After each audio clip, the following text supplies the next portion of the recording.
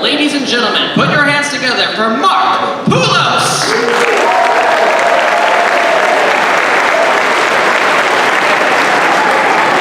Hey everybody, you excited for this?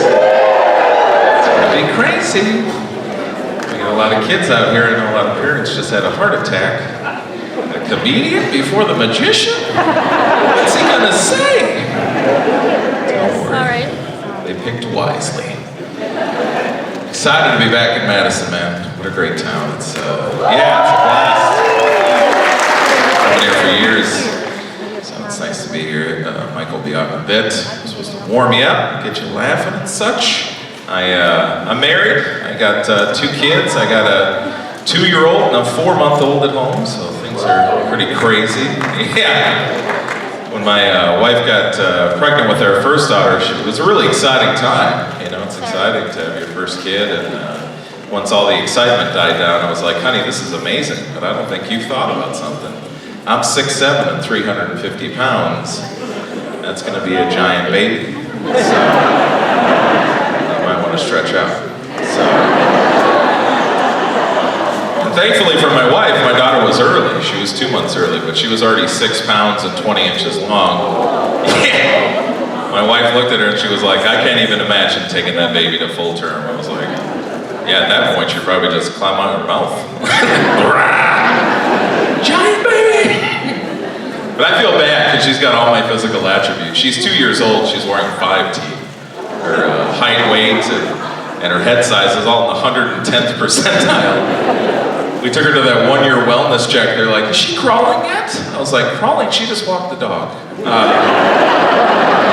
I think she's around the corner throwing bones with the Chinese guys, but I don't ask those kind of questions when she goes out for the night. So. 2 years old, way too smart. Last week she figured out how to take her diaper off by herself. That's a fun surprise. Pop back in from the kitchen, just poop everywhere. It's on her, it's on the cat, it's on the TV. I was like, we just burn this down and start from scratch, right? Just hose her off in the front yard and donate the cat. Drive away from this place like it's poltergeist, is that what we're doing? But you can't, right? You're a parent, you gotta figure out a solution to it. It led to something I never thought I'd do, and that's take a shower with a cat and a toddler. That was a fun time. Yeah. I felt like I was filming a sad French movie in my bathroom. It's just crazy, man. It seems easier to raise kids nowadays. You know, you got a question, you Google it, seconds later you get an answer. There are books they have not written yet. Like a month ago, I had to go on the road and helping my wife out and feeding the baby. And she's doing some stuff around the house. I turn, right to watch the dog poop on the carpet, and my daughter handed it to me. And I was like, you know what? They haven't written that book yet. What do you do when you're feeding a baby and a toddler hands you poop? What I did is I just grabbed her wrist and started screaming. That's what I did. I was like, help! Well, let's try to get me poop. And God bless her, she did help me. She swung in from the side and just took the baby. And I was like, no! This one! She's like, I'm helping you, I'm feeding the baby. Now go get the dog and your daughter and go take a shower. I'm like, you know what? Why am I the poop shower guy? It's crazy sometimes. I got a whole house full of women. That's all I got. Even the animals are women. You know? But don't get me wrong, ladies are great. You know, they always smell great. You know, my wife would go to the gym, work, come home, still smells like watermelon and flowers. You know? Sometimes I get out of the shower and I still smell like hamburger. Like, what? I was just in there with hot water and soap for like a half an hour. But I still smell like the bath man. But there's something ladies that were guys, smell-wise. And we're gonna talk about it for a sec. Yeah, we're getting into this. I think we can agree as a group that lady farts are brutal. And my theory is you're just holding them in way too long, okay? They're starting to ferment inside your bodies, okay? Just let them out, okay? My wife went to bed before me one night. I walked in there, it was like a punch in the face. I was like, did the sewer line break in here? Is that a dead raccoon over there? But it's like the door's open, it's gotta go away at some point. You know, somehow it started gaining strength. It was like eating itself and becoming a super fart. It was like this third thing hanging in the room with us. And she loves to sleep with the fan on, which is great, you know, because it just spreads it out everywhere. There's just nowhere to hide. You know, it's like a giant fart NATO in there. I couldn't fall asleep. I'd go put Vicks vapor rub up my nostrils. That's a true story. The smell was horrible. She drives me nuts, you know, we watching TV and she'll feel it coming on, she'll try to skedaddle out of the room like a lady, you know. Now she's just farting the whole way, and I'm like, is there a chance you can stop crop dusting the whole house and just sit in one place and just let it happen? She's like, well, I don't want to smell it. I'm like, it's your body, okay? We're gonna have to replace that recliner in 3 months, but at least we all don't have to suffer. I'm like, honey, the cat is dead, okay? When you hear that beeping, that's the CO2 detectors going off. She's the worst, man. I think the worst thing she does is she ghost farts me. I don't know if you ever had that. She'll go in the kitchen, right? She'll fart, and she'll just move on with her life. I'll go in there like an hour later and be like, what kid has poop in their pants? And she's like, I farted in there. Like an hour ago. An hour ago? That thing is a hanger. Worst is she'll do it in the car, right? She'll get home from work, let one go, shut the door, right? Next morning she's like, can you go start my car? I'm like, come on. And the winter is the worst, you know, because it just lies dormant in the seats and the floor mats. The heat kicks on and just resurrects it in there. You're like, darn it. Yeah, love my family. It's an interesting thing being on the road now with a family at home. You know, I got to keep myself safe. You know, a lot of people depending on me, so when I'm on the road, I don't get involved in people's problems. I'm not a good Samaritan by any means, you know. People get mad when I say it, but I'm like, I'm too neurotic to be a good Samaritan, you know. I think about too much weird stuff, you know. I was driving across country, I pulled in a rest area at 4 a.m. and there was a guy laying on the ground, and I was like, that's a serial killer. And this is his thing, you know, he pretends to be dead, and then you go to help him, he just starts grabbing you, and I'm just like, I don't have time for that. And get back on the road. So, I'm just not a hero, you know. I was in Chicago, I couldn't find my car. I walked past an alley and I heard some guy go, oh God, help, my wife, hurry! And I was like, I'll call somebody. And I just took off running. So I'm like, I'm not an idiot, I know what's waiting for me down at the end of that alley, you know. His wife is just a trash bag with a wig on it, you know. And great, now this crazy guy's got me tied up in the back of his van and I don't need that. And I know what you're thinking, you're like, how big is that van? Pretty big. I just know where I'm safe. I think the whole point nowadays to keep yourself safe is you just need common sense. You know, I checked into a horrible hotel one time. I was in my room for like 5 minutes. Somebody was knocking on my door. And I was like, yeah? And he was like, open the door. And I was like, nope. And then he left. I was like, ah. And then I heard him next door, he's like, open the door. And I was like, yes. Waiting for that one idiot to open the door. I don't go to bars late at night anymore because I know exactly what's going to happen. I'm going to get there and some guy's going to want to fight me just because I'm a giant man.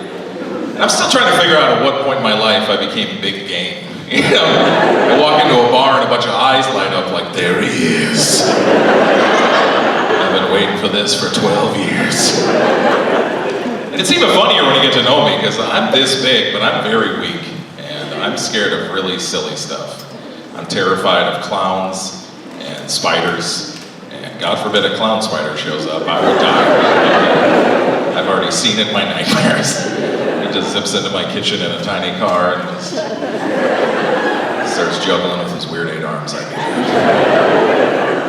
And I feel sorry for my daughters when they get to that age where they're like, Daddy, there's a monster in our closet. Let's get out of here. What are you asking me? You want me to go toe-to-toe with a full-grown closet monster? That's not happening. Take the window ladder out, we're out of here. What about Mommy? She'll be fine. She wants the spiders for Daddy. She's okay. It is funny though that people want to fight me, because I don't know how to fight. I've never been in a fight. I've never been trained to fight. I've never thrown a punch at anybody. You know, I'm just trying to get across to you. If you see me outside later and I'm in trouble, I need help, okay? Don't just drive away and be like, well, call somebody. Like, no. Help. Nobody helps. They just film it on their phone and put it on YouTube. Put your phones down. You realize how much funny stuff is happening daily around you? I was laughing so hard the other day watching an old lady trying to get money out of a red box. She thought it was an ATM. I couldn't stop laughing. I walked past, all I heard is, I just want money. Why does it keep giving me movies? Why is that funny? Why is it funny to watch old people figure out technology? But it's funny every time, man. Look at my car at a gas station. There's an old man screaming at the gas pump like it was some kind of futuristic robot going, help me! I need gas! It's like, what's happening? Then I hear the guy inside. He's like, I said, come in here. In here! And I'll explain how to do it. He was like, come in where? He picked up the nozzle. He was like, hello? I need gas. Phone smells like gas. And I knew it was time to help when he was trying to slide a check into the credit card swiper. I was like, sir, I don't know if I can go on the rest of my day knowing that you were still here screaming at this gas pump. Please let me help you. Best part of the whole story is he's got one of these cars from the 70s where the gas tank is hidden behind the back license plate. I don't know if you've ever seen this car. I had never seen it. We're just wandering around the car together like, where is the gas tank? Is this a DeLorean? Couldn't figure it out. I had to walk away. It's like, well, thanks a lot, idiot. What you getting mad at me for? You're the guy who bought a car without a gas tank. You get roped into that, old man. But they're trying, right? You know, God bless them. You know, my mom just joined Facebook. She's 70. That's awesome. No sense of sarcasm. She doesn't realize people put funny pictures on Facebook. She thinks they're all real, you know. Came home and the cat was passed out in a weird way, so I gave him a beer can. I took a picture and put it on Facebook. She was the first comment. It just said, Mark, beer is very bad for cats. That was her comment. And then she liked her own comment. And I was like, listen, old lady, I will block you. I don't care. Okay? Just patting themselves on the back on my page. But the funniest part was when she first got on there, she couldn't figure out how to comment on people's status updates. So her status updates were just the comments for everyone else's status updates, which people thought was hilarious. I thought my mom was having a stroke because none of it made any sense, you know. I log on, I'm like, see this mom's update. Her first status update, it just said, look at that face. Period. The next one, it just said, 2 puppies? Question mark. And the third one, I had to do a little research on what exactly it meant. So apparently what happened was my cousin posted a picture of her eating a funnel cake, and then my mom commented, finger caskets, So apparently she got auto-corrected for funnel cakes, and it went to finger caskets. I called her up, I'm like, are you all right? And she's like, I love this Facebook thing, it's great. You're doing it wrong. She is a funny lady. My whole family's crazy. My dad, he's long past, but a really cool dude. You know, basically my inspiration for getting into comedy. And you know, he was just a funny guy, man. Like we would go around town, you know, and he would have little sayings for people. You know, he would go. My favorite one was whenever he saw somebody who had really buck teeth. This is horrible. Anytime they had really buck teeth, he would go, that kid could eat corn on the cob through a picket fence. I was like, hey, don't sell that. His favorite thing in the world when he got older was returning things to stores. Like, I don't know why he loved it so much. But his favorite thing is called the switcheroo. I don't know if you've ever done this, but let's say you have a product at home that breaks and it's long past the return, you don't have a receipt. What he would do is he would go to the store, buy the same product, bring it home, take the new one out, put the old one in the box, return it, and get his money back, and he called it sticking it to the man. I was like, come on. But he started getting pretty brazen in his old age. I think the funniest one was where he tried to return a 10-year-old shower head. Yeah, it's all rusted and mildewed. And he puts it in the box, and I say box, like, not a cardboard box where they might not look in there, like a plastic case that's snapped together. You can see right in there. It's like, Dad, they're not going to take this. And he's like, shh. Puts it on the counter. This guy looks at it and he goes, sir, this is obviously an old, rusted, mildewed shower head. And I kid you not, my dad looks straight at this guy in the eye and he goes, imagine my surprise when I got it home. That's my time, guys. I'm Mark Koulos. Thank you so much. Yes!